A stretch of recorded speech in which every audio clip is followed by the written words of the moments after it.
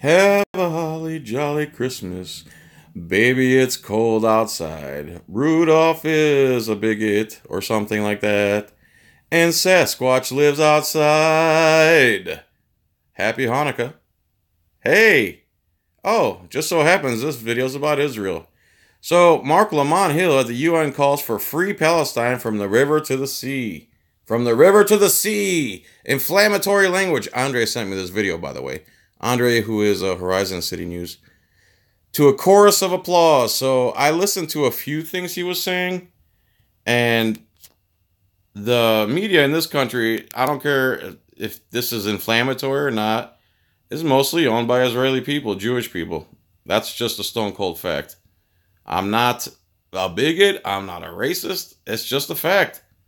And this guy, I heard him say a few things. I'm not surprised that CNN fired him at all for the just a few comments I heard. But I listened for like 10, 15 seconds, 20 seconds, 30 seconds. And I didn't hear anything I disagreed with. So I want to watch it with you. That way you give my live reaction to what he's saying. I'm going to interrupt this video constantly. So it's called Mark Lamont Hill at UN calls for free Palestine from the river to the sea. To a chorus of applause. It already has 81,566. You should watch this one because all the rest are people like me. If you want to watch the original, watch this one. Because I watched the Fox News cover this, and even the Hannity and his guests were like, well, yeah, he had to be fired. So Fox isn't any different than CNN, people. Make sure you understand. Fox, CNN, MSNBC, NBC, they all have the same agenda. And it's a leftist agenda. So when you got supposedly conservative Fox News saying that, oh, well, he had to be fired because he said the words, free Palestine from the river to the sea. I'm assuming that means from the Euphrates to the Mediterranean, maybe. I'm not that all great at geography, but let's listen to this guy. I'm going to interrupt constantly. If you don't want to hear me, go watch the original. Mr. Secretary General, Chairman, Ambassadors, and Your Excellencies, good afternoon. It is with great honor and humility that I accept the opportunity to speak before you. As a scholar, as an activist, and as a citizen, I am profoundly interested in the plight of the Palestinian people, as well as the broader ethical, moral, and political implications of their struggle for freedom and justice, as well as equality. As such, this annual convening represents a critical intervention. It also represents a site of possibility. On the other hand, it shows considerable irony. As you well know, this year marks the 70th anniversary of the Universal Declaration of Human Rights. This declaration is produced out of the rubble and contradictions of World War II, and it was intended to offer a clear ethical and moral outline of the basic rights and freedoms to which all human beings, irrespective of race, religion, class, gender, or geography, are entitled. This declaration, of course, has been far from perfect, both in design and in execution. Too often we have framed human rights through the lens of the West. We've viewed it through the gaze of colonialism, and we have assessed them through the limited prism of our own experiences. Simply put, the powerful have too often attempted to universalize their own particular and local values. Still, the Universal Declaration of Human Rights has offered us a flawed but functional starting point from which to articulate basic moral and ethical ambitions as global citizens. These ambitions have been particularly helpful when attempting to keep track of the vulnerable against the backdrop of imperialism, exploitative economic arrangements, white supremacy, patriarchy, and all the other entanglements of the modern nation state. For this reason, it is indeed ironic and sad that this year also marks the 70th anniversary of the Nakba, the great catastrophe in May 1948 that resulted in the expulsion, murder, and to date, permanent dislocation of more than 1 million Palestinians.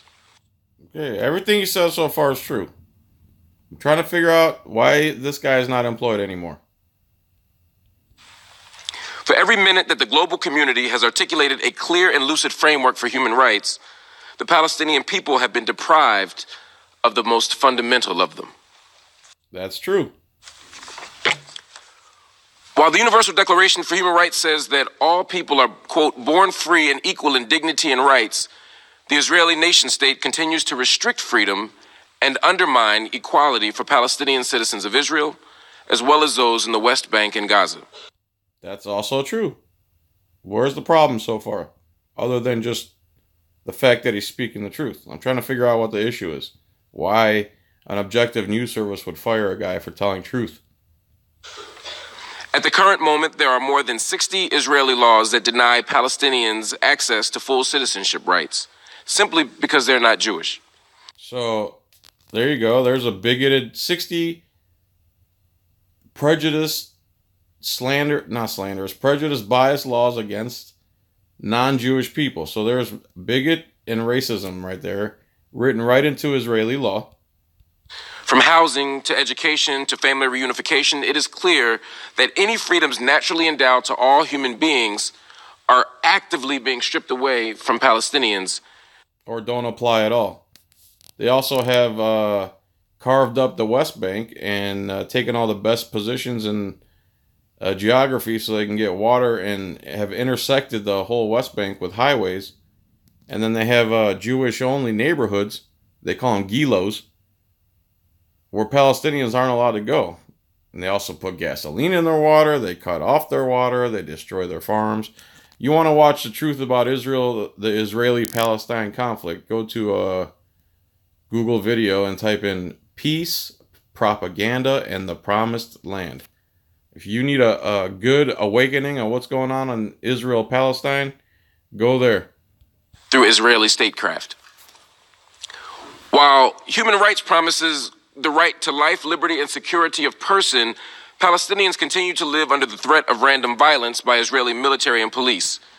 Disproportionate violence within the West Bank and Gaza, unprompted violence in the face of peaceful protest, and misdirected violence by an Israeli state that systematically fails to distinguish between civilians and combatants.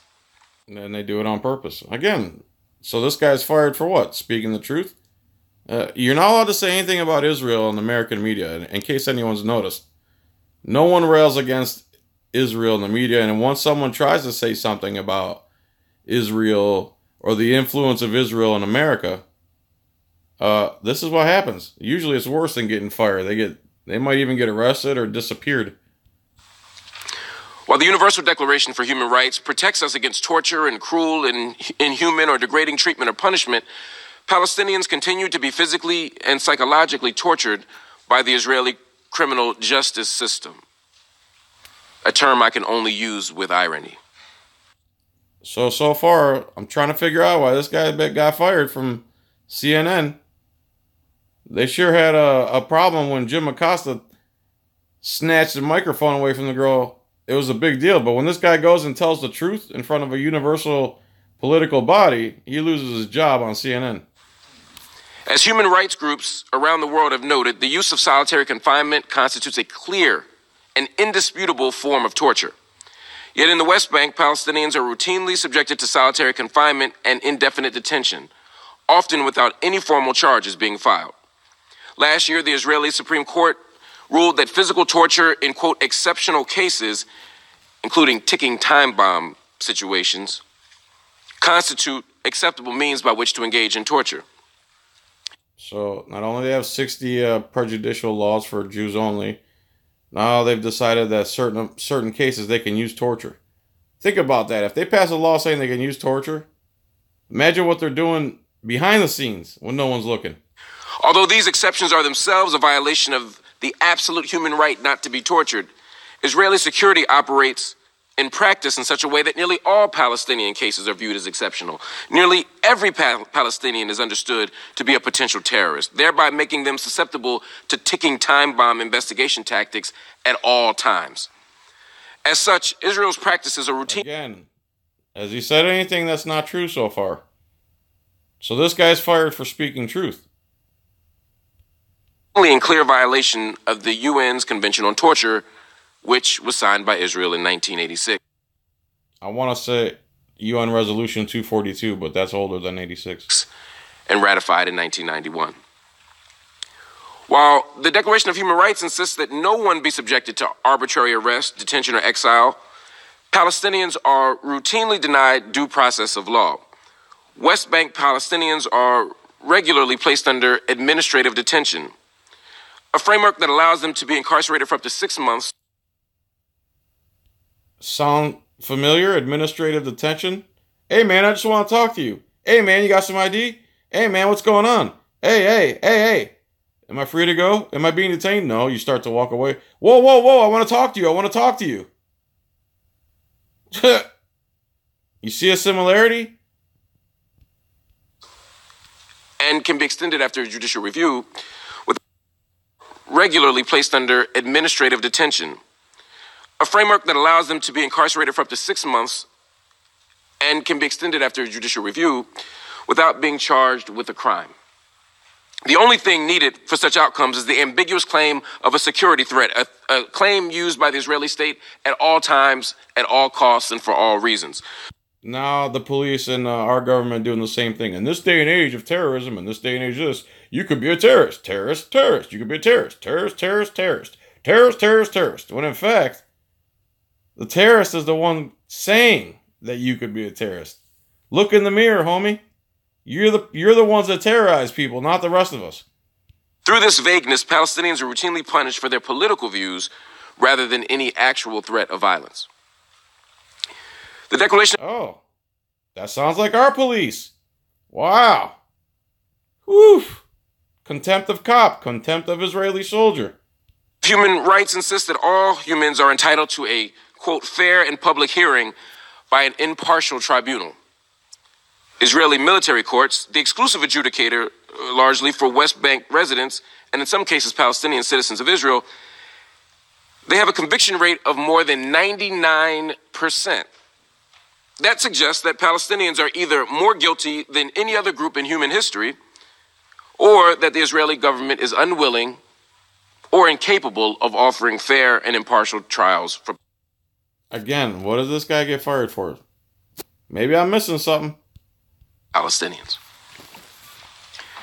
Declaration of Human Rights promises the right to freedom of movement and residence within the borders of each state, as well as the right to leave any country, including his own, and to return to said country. It is impossible to travel throughout historic Palestine and not see the blatant restriction of movement between cities in the occupied Palestinian territories, as well as inside the state of Israel. Oh, checkpoints? There's just checkpoints everywhere? And it's hard to move around and there's no freedom of movement because they got checkpoints everywhere with armed men? Man, I'd hate for it to be like that here. Oh, wait.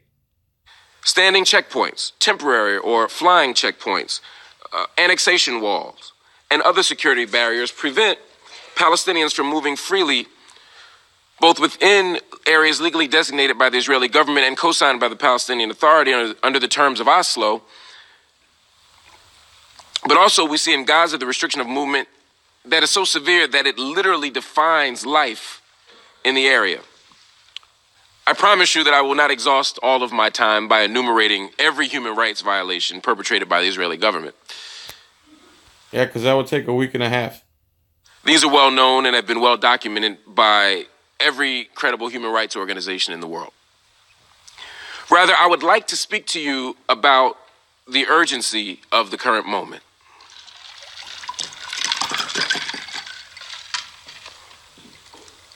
Forgive my thirst. I literally just got off of a flight from Palestine to come to address you. Man, drink the whole thing, man. You're the man. Keep going. This morning. And I was boycotting the Israeli water, so I was unable to quench my thirst. But thank you for your indulgence, or for indulging me, rather. As we speak, the conditions on the ground for Palestinian people are worsening. In recent decades, the Israeli government has moved further and further to the right, normalizing settler colonialism and its accompanying logics of denial, destruction, displacement, and death. Again, true. Tell me why he got fired again. Despite international condemnation, settlement expansion has continued. At the same time, home demolitions and state-enforced displacement continues to uproot Palestinian communities. For Gazans, the 11-year Israeli and Egyptian blockade by land, air, and sea has created the largest open-air prison in the world. So Gaza Strip is a little tiny portion of former Palestine that Israel has occupied to the point where it's like the size of Washington, D.C. I want to say 1.5 million people live there. Half of them are women and children. And basically, their whole border is lined with either walls or Israeli military. And the opposite side is water, which is also blocked off either by Egypt or more Israeli military. So, like you said, it's a giant open-air prison. I want to say 7 square miles approximately. With only 4% potable water, electricity access that is limited to 4 hours per day, 50% unemployment, and the looming threat of Israeli bombs, Gaza continues to constitute one of the most pressing humanitarian crises of the current moment. In the West Bank, conditions are not much better. Unemployment is generally around 18%, with frequent loss of income due to Israeli military closures, making it impossible for Palestinian workers to get access to jobs. Settlements and the extra land allocated for them, as well as closed military zones and other restrictions, make it impossible for Palestinian towns to grow. And that's done deliberately. In the midst of it all, Prime Minister Netanyahu's administration has become increasingly indifferent to critique, censure, or even scorn from the international community for its practices. Yeah, they've said many times that we run America. They have the 4th strongest military in the world, and they're the size of New Jersey. We give them almost $4 billion a year. I know for a fact at least $3 billion a year since 1948 of your tax money. When you go to work and you see that money come out of your check, a little bit of that goes over to Israel to buy them tanks and bombs and guns so they can commit genocide. Perhaps the most glaring example of this indifference, as well as the urgency of the current moment, is the recently passed nation-state law. Through this basic law, the Israeli state has officially rejected Arabic as an official state language. It has described settlement expansion both inside and outside of the Green Line as a national value, and it has reinforced the fact that Israel is not a state of all of its citizens. As an American, I am embarrassed that my tax dollars contribute to this reality. I am frustrated that no American president since the start of the occupation has taken a principled and actionable position in defense of Palestinian rights. Because they would get killed, dude. I think he knows that. You can't even, if you are anti-Israel, you can't even hold a position. If you were lucky and got voted in somewhere, they would donate so much money to your opponent that it'll be next to impossible. And I am saddened, though not surprised, that President Trump's administration has further emboldened Israel's behavior through its recent actions. Trump is pro-Israel all the way. Absolutely. Since before he got elected, I knew this. In May of this year, President Trump officially moved the U.S. Embassy to Jerusalem. I don't know where he got the authority to do that. Which he recognized as the undivided capital of Israel. Also, Trump recognized that Jerusalem's the capital of Israel now, not Tel Aviv. The guy who tweets stupid stuff all day has decided that the Israeli-Palestinian conflict wasn't bad enough. He's going to move the embassy and claim that Jerusalem's the capital of one of the hottest places on earth as far as violence, most volatile places on earth. This choice not only flew in the face of international law and precedent, but also constituted a powerful provocation and a diplomatic death blow. In late August, President Trump then permanently reneged on America's commitment to funding UNRWA, a move that now leaves millions of Palestinian refugees in medical, economic, and educational peril. Moreover, the move serves as a political strong-arm tactic, whereby the United States is unilaterally attempting to resolve, through the Trump administration, the final status of Palestinian refugees.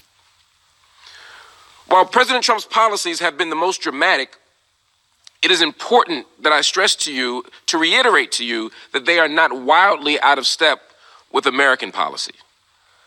Cuts to UNRWA is an idea that has been raised in Washington for years, dating back at least to the George W. Bush administration.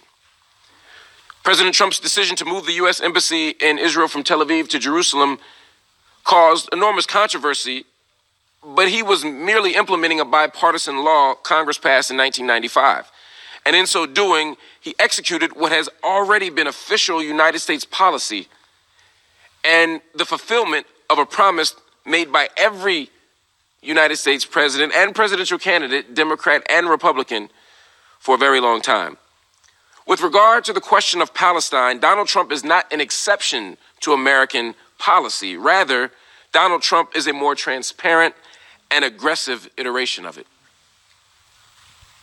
Truth. As I mentioned at the beginning of my remarks, the words offered today by everyone in this room are a necessary component of our resistance efforts. We need powerful, counterintuitive,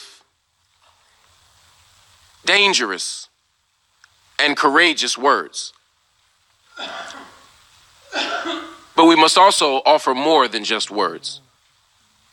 Words will not stop the village of Khan al-Ahmar with its makeshift schools created by local Bedouin villagers. Words will not stop them from being demolished in violation of the Fourth Geneva Conventions. Words will not stop poets like Darin Tetour from being caged in Israeli jails, for having the audacity to speak the truth about the conditions of struggle on her own personal Facebook page. In a world of universal deceit, telling the truth is a treasonous act. Someone said that, I just don't remember who.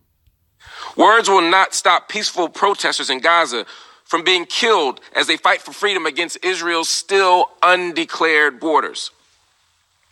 Regarding the question of Palestine, beyond words, we must ask the question, what does justice require? To truly engage in acts of solidarity, we must make our words flesh.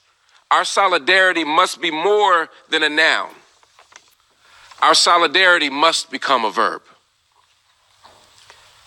As a Black American, my understanding of action and solidarity action is rooted in our own tradition of struggle.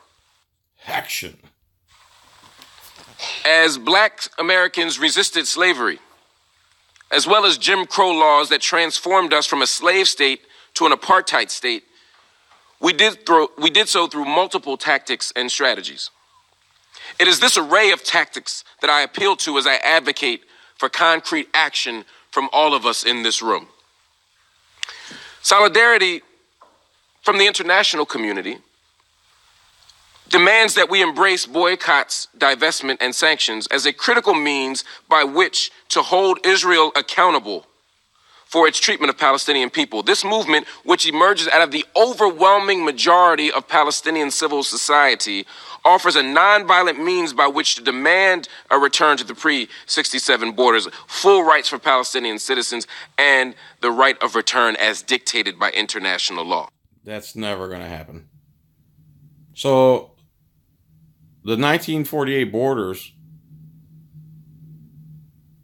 would shrink Israel like 20% from what it is now and give Palestine a lot more land. So he's not even calling for Palestine to take all of their land back. They're talking about just going back to the borders of 1948, and Israel won't have none of that because all their settlements, all their illegal settlements, and they'd have to back off the Gaza Strip and give back a bunch of land, and they're never going to agree to that. And as long as they have this strong of a grasp in America, no politician is going to get elected that's going to put that into action. I promise you that. Solidarity demands that we no longer allow politicians or political parties to remain silent on the question of Palestine. We can no longer, in particular, allow the political left to remain radical or even progressive on every issue, from the environment to war, to the economy, to remain progressive on every issue except for Palestine. Yeah, what a coincidence. They're upset about everything except the Palestinian situation for the last 50 plus years. Contrary to Western mythology, black resistance to American apartheid did not come purely through Gandhian nonviolence. Rather, slave revolts and self-defense and tactics otherwise divergent from Dr. King or Mahatma Gandhi were equally important to preserving safety and attaining freedom. We must allow, if we are to operate in true solidarity with Palestinian people, we must allow the Palestinian people the same range of opportunity and political possibility. If we are standing in solidarity with Palestinian people, we must recognize the right of an occupied people to defend itself. So 21 minutes, 37 seconds in. Oh no, I'm 16 minutes into a 21-minute video. Still trying to figure out why CNN fired this guy. Must prioritize peace. But we must not romanticize or fetishize it.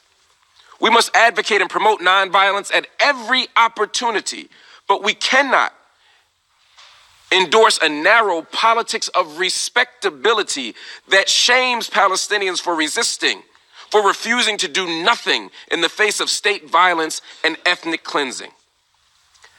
At the current moment, there is little reason for optimism.